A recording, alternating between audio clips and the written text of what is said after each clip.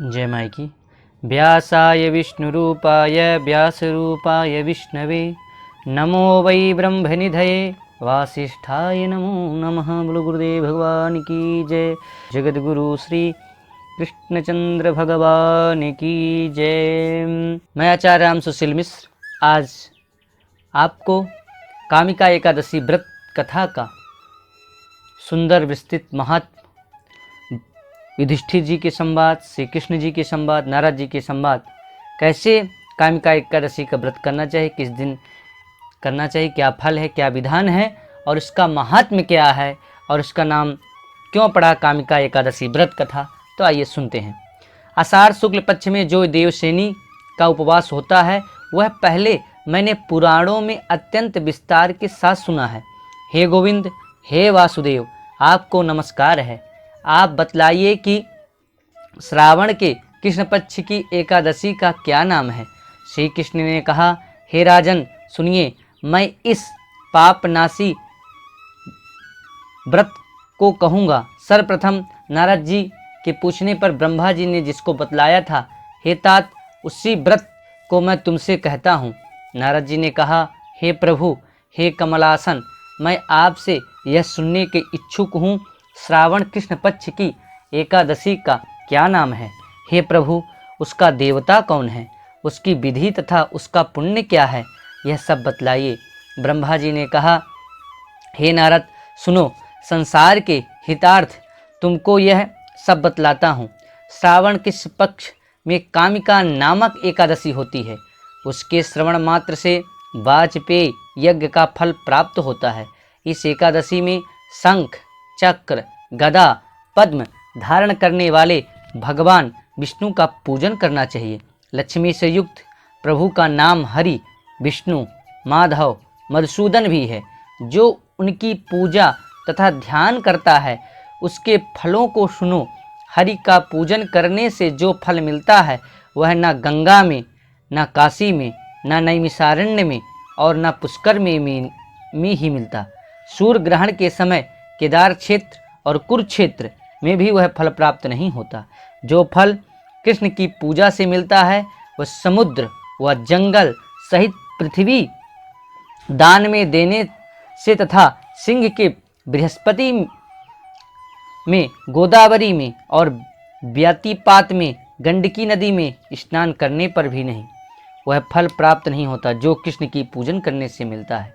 कृष्ण की पूजा व कामिका एकादशी में उपवास का फल समान ही बतलाया है। सभी प्रकार की सामग्री सहित दूध देने वाली गाय देने से पुरुष उसी फल को पाता है जिसे कामिका को उपवास करने वाला पाता है।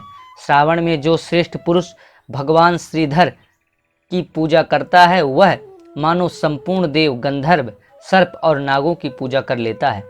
अतएव पापों से भयभीत पुरुष को कामिका एकादशी के दिन संपूर्ण उपायों से यथाशक्ति भगवान की हरि की पूजा करनी चाहिए। संसार रूपी समुद्र में निमग्न और पाप रूपी दल में धसे हुए पुरुषों के उद्धार हेतु यह कामिका का व्रत श्रेष्ठ है।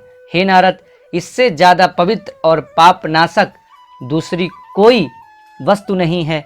इसको सत्य समझो, क्योंकि सर्वप्रथम प्रभु ने ऐसा ही कहा है।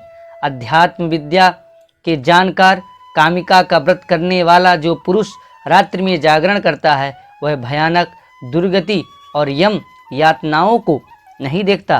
कामिका व्रत के प्रभाव से पुरुष नीच योनियों में नहीं पैदा होता। कामिका के व्रत से ही योगी जन कैवल्यापद को प्राप्त करते हैं। अतएव सब प्रकार से नियमतः इस व्रत को करना चाहिए। जो पुरुष तुलसी पत्र से हरि का पूजता है वह उसी प्रकार पापों से लिप्त नहीं होता जैसे कमल के पत्ते में पानी नहीं लगता। एक भार सोना और 4 भार चांदी के दान से जो फल मिलता है वही फल प्रभु के ऊपर तुलसी चढ़ाने से प्राप्त होता है। रत्न, मोती, वैदुर्मणि, मूंगा आदि द्वारा पूजन करने पर प्रभु उतने प्रसन्न नहीं होते जितने कि तुलसी पत्र चढ़ाने से होते हैं। जिस पुरुष ने तुलसी की मंजरी से प्रभु को पूजा है उसने अपने जन्म भर के किए हुए पापों की राशि को समाप्त कर दिया। जो तुलसी दर्शन करने से पूर्ण पापों को नाश करती है, स्पर्श करने से देह को पवित्र करती है, नमस्कार करने से रोगों को दूर करती है, तुलसी पर जल चढ़ाने से यमराज के भय को दूर करती है, उसका बिरवा लगाने से वह प्रभु के समीप पहुंचा देती है और प्रभु के चरणों में चढ़ाने से मोक्ष प्रदान करती है। ऐसी तुलसी को बार बार नमस्कार है। जो व्रती पुरुष एकादशी को रात दिन अखंड दीपक प्रज्वलित करता है, उसके पुण्यों की संख्या को चित्रगुप्त भी नहीं जान पाते। एकादशी के दिन प्रभु के सम्मुख जिस पुरुष का दीपक जलता रहता है, उसके पितर स्वर्ग से स्थित रहकर अमृत पीकर तृप्त होते हैं।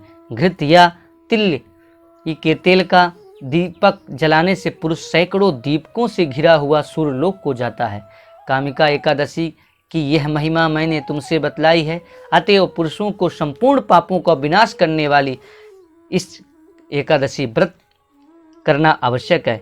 यह ब्रह्म हत्या का निवारण करने वाली, भ्रूण हत्या के पाप का नाश करने वाली तथा महापुण्य फल और स्वर्ग प्रदान करने वाली है। जो पुरुष भक्ति सहित इसके महत्व को सुनता है, पढ़ता है, कहता है, वह संपूर्ण पापों से मुक्त होकर विष्णु धाम को प्राप्त प्रस्थान करता है। बोलो विष्णु भगवान की जय।